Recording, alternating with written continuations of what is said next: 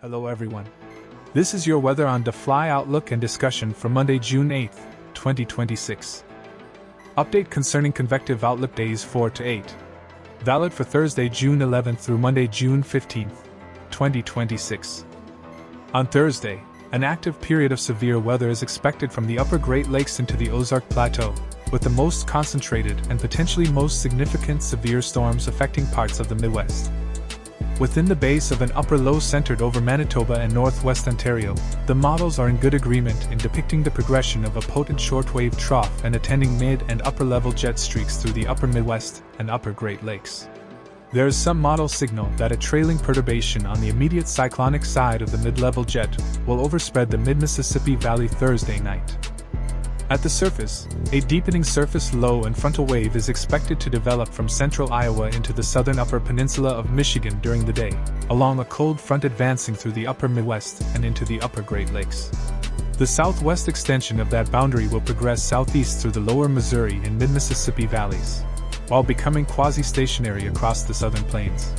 The specific boundary location across the Midwest may be modified to some extent from a thunderstorm complex moving through the area Wednesday night and early Thursday. A very moist air mass is expected to reside to the south of the surface front, which coupled with modestly steep mid-level lapse rates is expected to yield moderate to strong instability. The presence of a 50 to 70 knot mid-level jet streak attending the shortwave trough will result in relatively strong deep layer shear along the frontal zone, with vector orientation becoming increasingly parallel to the boundary with southward extent. The overall pattern appears supportive of an organized severe weather episode from the upper Great Lakes into the mid-Mississippi Valley. There is some model signal that a corridor of enhanced tornado potential could develop along and south of the surface low track from eastern Iowa and northern Illinois into central and southern Wisconsin. That potential scenario will be dictated by the location of the effective surface boundary. Additional, more isolated severe storms appear possible across parts of the Northeast. On Friday, models progress a lower latitude shortwave trough through the upper Ohio Valley and lower Great Lakes. This scenario would increase severe weather potential across those areas into New England, and perhaps the mid-Atlantic, given the potential for a moderately unstable air mass across the prefrontal warm sector.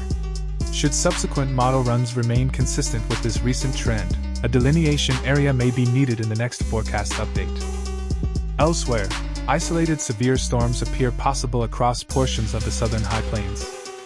On Saturday, the ensemble mean solutions are in good agreement in depicting a mid and upper level low over Hudson Bay with a belt of strong mid-level flow extending from slight troughing over the northern high plains into the Great Lakes and Northeast. There is more spread across the deterministic models with respect to the longitudinal position of that trough and the position of the associated frontal system. In general, it appears some severe weather threat could materialize across the central plains. However, confidence in that scenario is low. Sunday into Monday, the ensembles indicate a gradual amplification of the large-scale pattern, featuring troughing from Hudson Bay into the Mississippi Valley, and upstream ridging across western Canada and the Pacific Northwest. The location of any relevant surface frontal systems remains highly uncertain, as does the locations of any severe weather threat. Be sure to share, like and subscribe for the latest Storm Prediction Center outlooks.